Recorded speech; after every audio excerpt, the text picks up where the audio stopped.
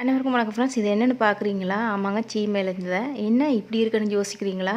ஆமாங்க, நம்மளுக்கு வந்து காய் கொடுத்து எல்லாமே முடிஞ்சதுங்க. நம்ம அறுவடை முடிஞ்சது. நான் ஆல்ரெடி உங்களுக்கு வீடியோவில் காமிச்சேன். இப்போ நம்ம அறுவடை முடிஞ்சதுமே எல்லா பிளான்ட்டையுமே நான் வந்து உடச்சி விட்டுட்டேனுங்க. பாருங்கள், சீமையிலேருந்தையில் எந்த கிளையுமே இல்லை. நான் எல்லாத்தையுமே உடச்சி விட்டுட்டேன்.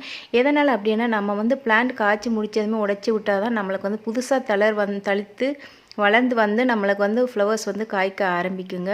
அப்படியே விட்டோம்னா ஹைட்டாக போயிட்டே இருக்கும். அதனால தான் நான் ஓரளவுக்கு மாடி தோட்டத்தில் வந்து ரொம்ப ஹைட்டாக நம்ம விட முடியாது. அதனால் நான் உடைச்சி விட்டுட்டேங்க. உடைச்சி விட்டால் தான் புதுசாக தளிர்த்து வந்து நம்மளுக்கு ஃப்ளவர்ஸ் வந்து காய்க்க ஆரம்பிக்குங்க. இது பார்த்திங்கன்னா கறிவேப்பிலையும் ஒரே ஹைட்டாகவே போயிட்டு இருந்துச்சுங்க. ரொம்ப தளிரெலாம் எதுவும் வரல. ஃப்ளவர்ஸ் வர ஆரம்பிச்சிச்சு. ஃப்ளவர்ஸை உடைச்சி பார்த்தேன், ஆனாலும் நம்மளுக்கு வந்து புதுசாக தளிர்க்கலை. அதனால் நான் வந்து ஓரளவுக்கு நம்ம வந்து ஹைட் விடாமல் உடைச்சி விடலான்ட்டு உடைச்சி விட்டுட்டேங்க. உடைச்சி விட்டதுக்கப்புறம் புதுசாக தளிர்க்குதுங்க. எப்போவுமே கறிவேப்பிலையை பொறுத்த வரைக்கும் ரொம்ப ஹைட்டாக விடக்கூடாதுங்க. மாடி தோட்டத்தில் நம்ம பாட்டில் வைக்கிறதால சின்னதாக இருந்தால் தாங்க நம்மளுக்கு பறந்து விரிந்து நல்லா தளிர்த்து வளருங்க. தேங்க்யூ.